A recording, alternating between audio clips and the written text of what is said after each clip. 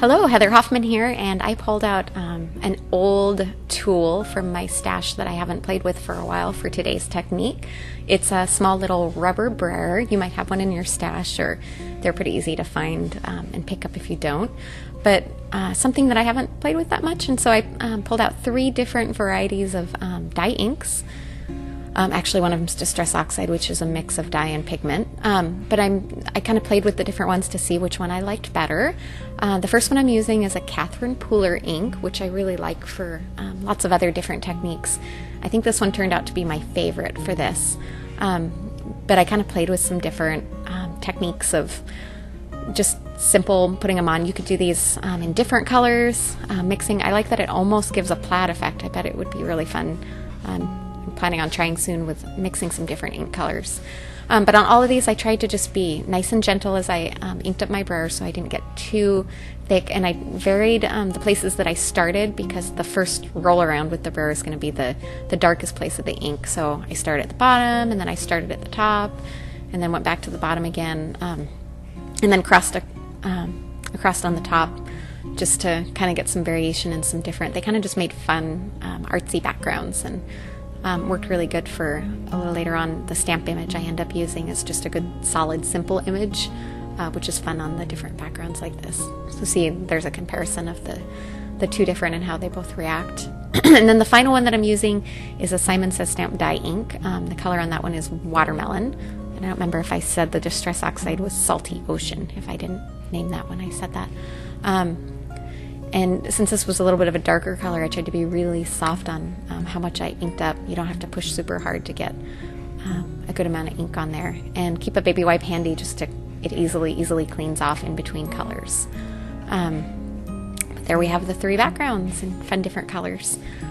If you end up making these, I'd love to see what colors you end up using and the designs and patterns you come up with. Now I have my stamped image, which is called Enjoy This Day. It's a Melody Ross Brave Girl Itty Bitty, and I'm using the bike image from that, and I have it all set up in my MISTI so I can quickly stamp between all 3 of these and add that image. And then I just varied the sentiments. I used a separate sentiment kit. That's what how I was able to make these. I like making sets of cards where it's kind of the same but kind of different. I don't like making identical cards, but for this it was easy to really quickly sit down and whip out 3 cards and have for a variety of different occasions, and yet they're all a little bit different just by varying the color and the ink and the sentiment. So I'm gonna take that and remove, and then there's the sentiment kit I used. Again, it's called Sometimes I Wonder. It's the March 2016 sentiment kit. And I'm going to line up my sentiments just kind of down at the bottom there.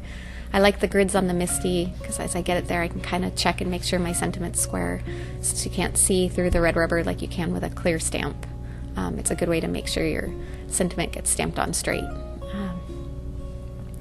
So I'm just going to whip on all of these. I used VersaFine pigment ink to stamp over the back. I like the nice crisp black impression you get from it. It was kind of interesting to see how on the green and the red that are both just dye ink, it made a nice dark stamp. On the blue one, which is the Distress Oxide, it still was nice and clear, but it almost had a slight chalky look. It was actually really pretty. It was just fun to play with the different effects. And I didn't try this with a straight pigment or even just with plain old Distress ink. It would just be fun to, again, I plan on playing with this more. I really enjoyed the effect of this, and I want to do it with some different colors and crissing and crossing and mixing and matching with different colors and different inks and different effects. So there's my final sentiment I'm going to stamp on there.